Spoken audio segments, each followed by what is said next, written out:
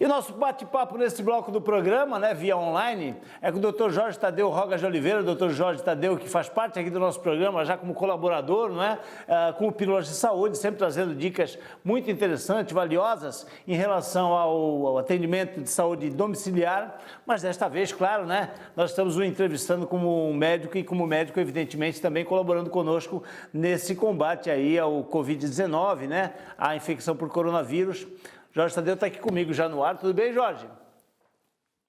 Tudo bem, Pedro. Obrigado mais uma vez pelo convite. É um prazer estar aqui para conversar, apesar de conversarmos sobre um tema não muito agradável, né? É verdade. Olha, eu estava comentando contigo aqui, antes da gente iniciar a gravação, que é impressionante, né? A gente sempre fala que você vive numa correria muito intensa, mesmo nesse período de pandemia. Você hoje chegou de São Paulo agora há pouco, né, Jorge? Sim. O ritmo continua bastante acelerado, até porque hoje a gente vive uma batalha, uma guerra, né, contra essa pandemia, e por ser uma guerra biológica, né, que envolve uma doença e não invasores e um exército inimigo, a força armada acaba sendo a saúde, né? Então, são os profissionais de saúde que estão nesse campo de batalha. Então, o ritmo ele está muito alucinante. Primeiro, pela assistência, que não para, e segundo, para a gente trabalhar, por um lado, o motivacional dos colaboradores e, por outro, o pânico e toda essa comoção que tem na população em geral e nos pacientes. Você tem ido a São Paulo, tem migrado da Baixada para lá e para outras regiões. Como é que você está vendo o comportamento da população e o nível de informação da população em relação a isso, Jorge?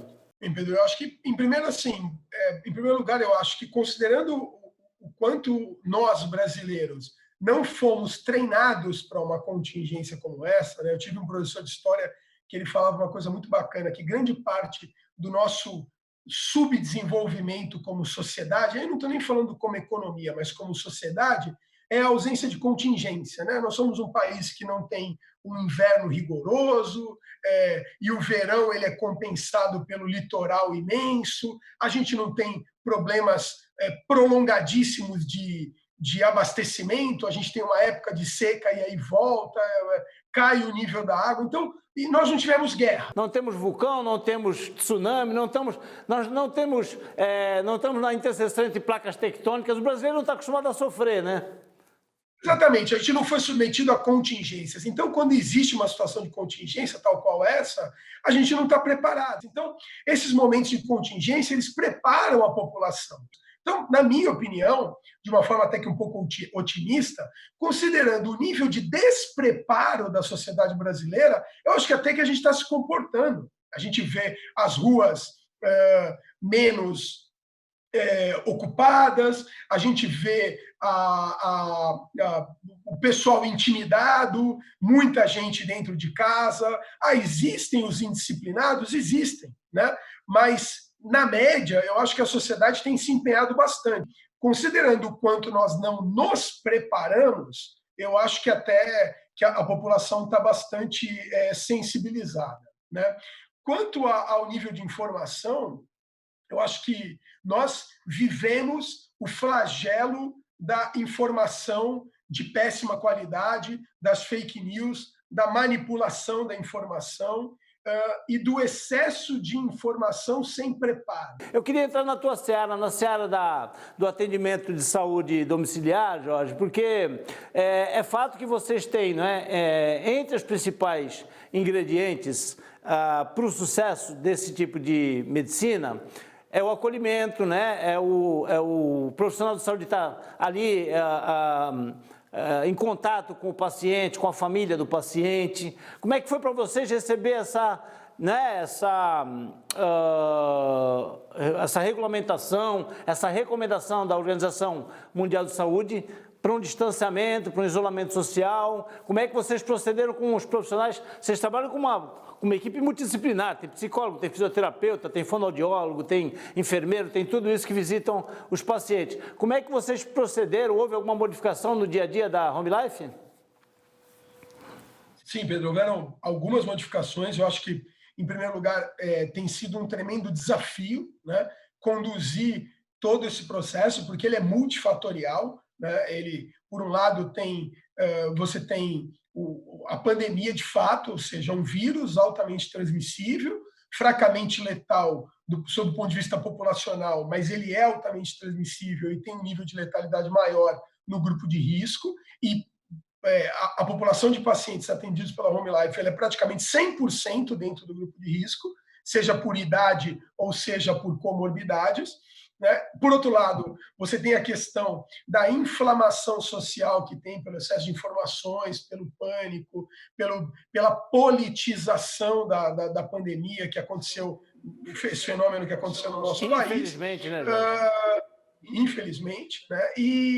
Mas que também é fruto da falta de preparação. Então, o trabalho da gente tem sido o desafio de você controlar todas as pontas. E a Home Life optou como doutrina, né, ou como premissa, a seguinte máxima da gestão, que muito mais importante do que planejar é se preparar. Então, nós estamos trabalhando muito mais com preparação do que com planejamento, porque planejamento para agora não serve nada. Né? Então, vou lhe dar um exemplo. Quando começou a questão da virose lá no Sudeste Asiático, lá na China, em meados de janeiro, em fevereiro nós já estávamos discutindo o abastecimento de luva da empresa, por exemplo. Então, a gente já estava alugando um box para poder guardar a luva.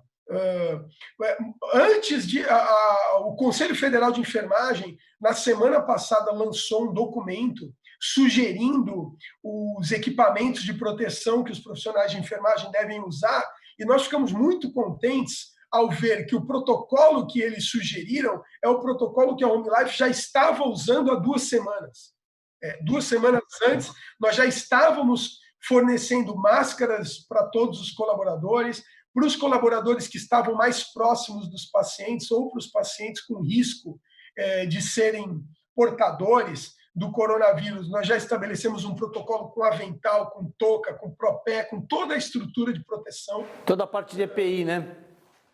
Exatamente. Estamos incentivando que os atendimentos continuem, que os pacientes recebam os seus atendimentos, porque eles receberem o atendimento em casa com eficiência e com segurança é a garantia de que eles não vão precisar de uma transferência para um hospital, onde aí sim eles estão num ambiente muito mais hostil, né, a essa infecção. E, então, assim, todas essas variáveis têm sido trabalhadas. Eu, particularmente, estou muito orgulhoso do nível de maturidade, de preparação que nós estamos trabalhando. E a gente precisa comentar aqui que a Home Life hoje está em 5 cidades diferentes, 5 regiões diferentes, né? Campinas, Ribeirão Preto, São José do Rio Preto, São Paulo e aqui na nossa Baixada Santista, onde ela iniciou seus trabalhos. E o processo de acreditação que você está comentando agora, a gente já tinha falado a respeito. Que prova de fogo, hein, Jorge? Passar por um processo que já é um processo extremamente criterioso, né? Detalhista e ainda em plena pandemia, né? Eu imaginei que esse processo tivesse sido paralisado, mas não, ele permanece. Sim, são 5 unidades, mas, na verdade, no momento nós estamos atendendo quase 90 municípios diferentes. Então, são realidades extremas e altamente heterogêneo, né? Então, é um ambiente bastante complexo. Em relação à acreditação, nós fizemos uma conferência com os consultores e a gente optou por, ao invés de interromper, a gente mudar o fluxo, porque dentro do processo normal de acreditação, nesse momento nós estaríamos trabalhando com o que eles chamam de comitês de multiplicadores, né? Então, nós criaríamos comitês para amadurecimento dos processos, organização e multiplicação da metodologia. E esse comitê de crise e catástrofe, ele existe em toda empresa acreditada, mas ele é um ponto do processo lá no final. Então, a gente transformou esse momento negativo da pandemia numa oportunidade de sedimentação do Comitê de Crise e Catástrofe. E no meu lado otimista, Pedro, a visão técnica do que está acontecendo, pensando como humanidade, é sim um treinamento. Porque nós estamos falando de uma pandemia por um vírus altamente transmissível e cuja letalidade no final vai beirar em torno de 2 a 3%, que é a letalidade histórica do coronavírus, desde que ele foi isolado na década de 60. E eu acho que é um ótimo treinamento para a humanidade para que nós possamos enfrentar num futuro, sabe lá quando, uma pandemia de fato de um vírus que tem a mortalidade de 60%, como, por exemplo, o ebola. Né? O ebola é um vírus que pode provocar uma pandemia e cuja mortalidade beira 66%. O MERS, Aí né? sim teria uma guerra nuclear. E eu acho que é interessante a gente comentar disso, Jorge, porque eu estive aqui também conversando com o Dr. Alex Macedo, que é diretor técnico da Santa Casa, e ele dizia exatamente isso que você está me dizendo. Olha, o vírus ele não tem um índice de letalidade, de mortalidade tão grande, né? Ele, na verdade, ele tem muito mais, existe muito mais esse cuidado de isolamento social por conta do alto nível de contaminação que ele promove. E a ideia que o Dr. Alex passava era exatamente a seguinte, olha, por isso o isolamento social, as pessoas vão serem contaminadas pelo coronavírus, vão adquirir o Covid-19, mas elas precisam fazer isso em etapas, porque se todo mundo for adquirir esse vírus no mesmo momento, não vai ter hospital, não vai ter respirador, e aí sim vai ter muita morte. É nessa linha, né, Jorge?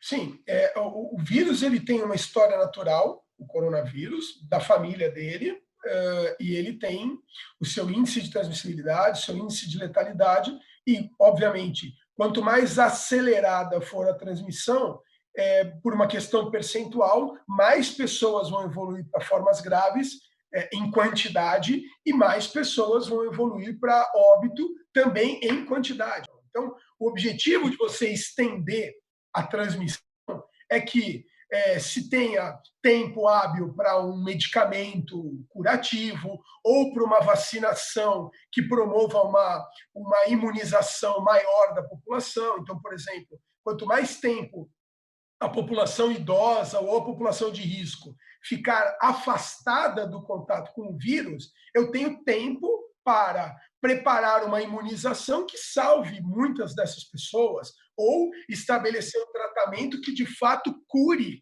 quando essas pessoas forem quando elas contraírem o vírus. A gente pode se considerar de uma certa forma privilegiados pelo fato da origem desse vírus, né?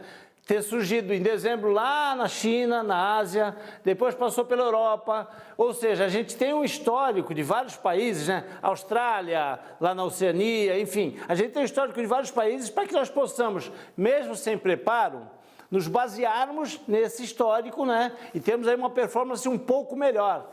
Você não concorda com isso? Concordo, mais uma vez, como eu disse no começo, eu particularmente estou muito contente e orgulhoso com a performance nacional como um todo. Eu acho que a politização atrapalha, tem muito viés. Eu acho que, por exemplo, as pessoas, os bons cientistas que tentam adaptar o modelo do hemisfério norte para o hemisfério sul estão sendo silenciados. Né? Porque não dá para a gente pegar o que está acontecendo na Suécia e extrapolar para o Brasil. Não dá tanto negativamente quanto positivamente. Na Suécia não tem favela.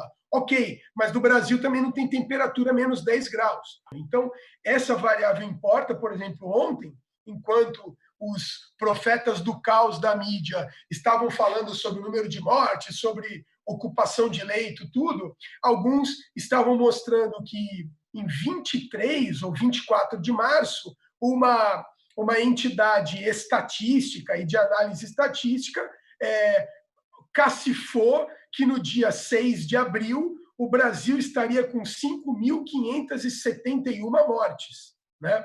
E aí o Brasil fechou o dia 6 de abril com perto de 600 óbitos, e aí todo mundo brincou na internet que, segundo a agência tal, nas próximas 2 horas vão ocorrer 5.100 mortes para poder sair a conta. Então, tem muito chute, tem muito modelo sendo mal rodado, uns para o bem e outros não tão para o bem, muito mais para profetizar o caos do que qualquer outra coisa. O Covid-19 foi isolado em 31 de dezembro de 2019. 100 dias que a humanidade conhece essa doença. Quando que em 100 dias nós vamos criar estatísticas absolutas ou verdades absolutas? Então, isso me preocupa.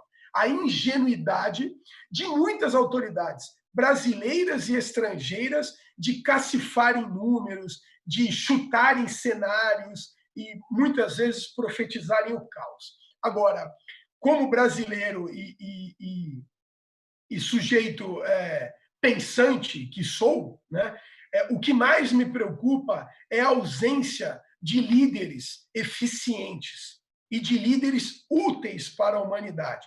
Isso está fazendo muita falta, porque, graças a essa ausência, protocolos não estão sendo evoluídos. Por exemplo, às vezes eu vejo técnicos falando não há evidências científicas para tal protocolo, o N não é significativo. Verdade, isso é fato. Agora, o que a gente vai fazer? A gente vai esperar morrer 1 milhão para chegar no N significativo? Então, atitudes universalistas como essa vão levar a humanidade a uma melhora? Então, está faltando um pouco dessa impetuosidade da liderança e de decisões mais consistentes e que realmente salvem a humanidade. Jorge, que satisfação falar com você mais uma vez, uma verdadeira aula. Obrigado, viu? Obrigado, Pedro. Muito obrigado. Eu agradeço a todos e espero que tenha sido uma conversa, no mínimo, esclarecedora. Um grande abraço. Grande abraço. Fica com Deus, Jorge. Vamos fazer um intervalo e nós voltamos rapidinho. Não sai daí.